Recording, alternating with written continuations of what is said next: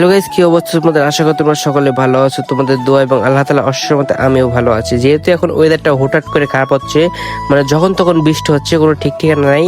আর এর মধ্যে আমার বিরিয়ানি খাইতে মন চাইছে, যেহেতু বউ নাই, বিরিয়ানি রান্নার লোকও নাই, পরে 300 টাকা আছে, চলো বিরিয়ানি খেয়ে আসি। আর কোথায় কোথায় যাই এই ভিডিওর মাধ্যমে তোমাদের দেখাই। তো কথা বলতে বলতে আমার ফ্রেন্ড চলে আসে, ফ্রেন্ডের ভ্যানে উঠে পড়ি। আর এরই ফাঁকে বাল্লা শেষে আবার ছেড়ে চিথলিয়া বাজারে চলে আসি। আর এর মাঝখানে একটা জিনিস লক্ষ্য করে যে কিনা আমার ফ্রেন্ড সাইম, ওর দোকান খোলা আছে। তারপর দোকানের দিকে তাকিয়ে দেখি ওর বাবা বসেছে দোকানে, ও তো নাই।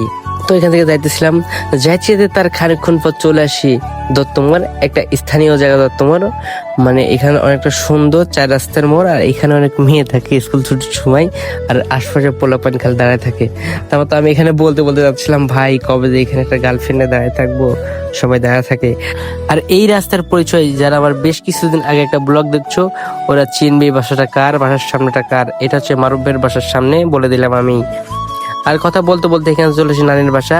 যেহেতু আমার নানির দুইটা, মানে এক চাস্তো নানি, একটা আপনার নানি। এখানে আসার পরে ফ্রেন্ডে ভাড়া দেওয়ার জন্য আমার কাছে খুচরা টাকা ছিল না। আর এখান থেকে তো আমি নানির বাসায় এসে মার কাছে টাকা নিয়ে নিই। আর লোকের নাকি খালতো বোনের সাথে প্রেম হয়, আর আমার খালতো বোন আমার কোলে চড়ে থাকে। কি আফসোস। তারপর তো ওইখান থেকে ওর আমি খাইতেছিলাম।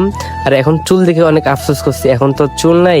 যখন এই ব্লগটা করি তখন অনেক চুল ছিল, আর এখান থেকে দেখতেছিলাম যে চুল অনেক খারাপ হয়ে গেছে, টাক করবো, তখন ভাবতেছিলাম। আর এইখান থেকে লোকে বলে লোকের খালতো বোনের হাত ধুয়ে যায়, আর আমার খালতো বোন আমার কোলে চলে যাচ্ছে। এর থেকে মজার জিনিস আর কিছু নাই ভাই। তারপর তো আমি এখানে খালতো বোনের নামাই দিয়ে একে বলতে বলতে যাইতেছিলাম, হাই রে আল্লাহ, তুমি লোকের খালতো বোন দিলা প্রেম করার জন্য, আর আমারে একটা খালতো বোন দিলা না। আর এটা আমার খালার শুনে অনেক হাসতে ছিল, যেহেতু খালারে দেখাইলাম না।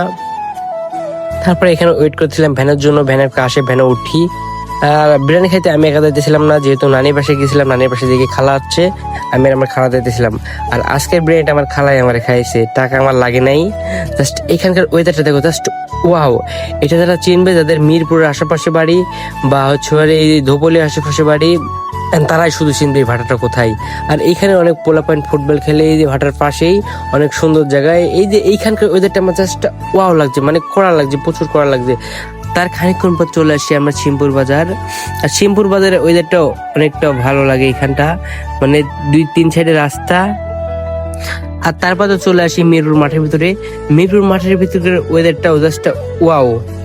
খালি এটা মিরপুরের পোলাপান চিনবার। এখান থেকে আমার খালতো বোন আমার দেখতেছিল, বলছে ভাইয়া ভিডিও করো। আর এইখানটার ওয়েদারটাও জাস্ট ওয়াও। তোমরা খালি ভিউটা উপভোগ করো এখানকার। তার খানিকক্ষণ পর তো চলে আসি মিরপুরের কাছাকাছি। তোমাদের একটা জিনিস দেখে চলো, ওই যে দূরে দেখা যাচ্ছে না একটা লোক কি বিক্রি করছে, ওই বাগানের পিছের সাইডে একটা লোককে ডাকাতি করছিল, ওর অপহরণ করে বেঁধে দিয়েছিল। আর তার যানবাহন একটা ভ্যান ছিল, ভ্যানটা কেড়ে নিয়ে চলে গিয়েছিল।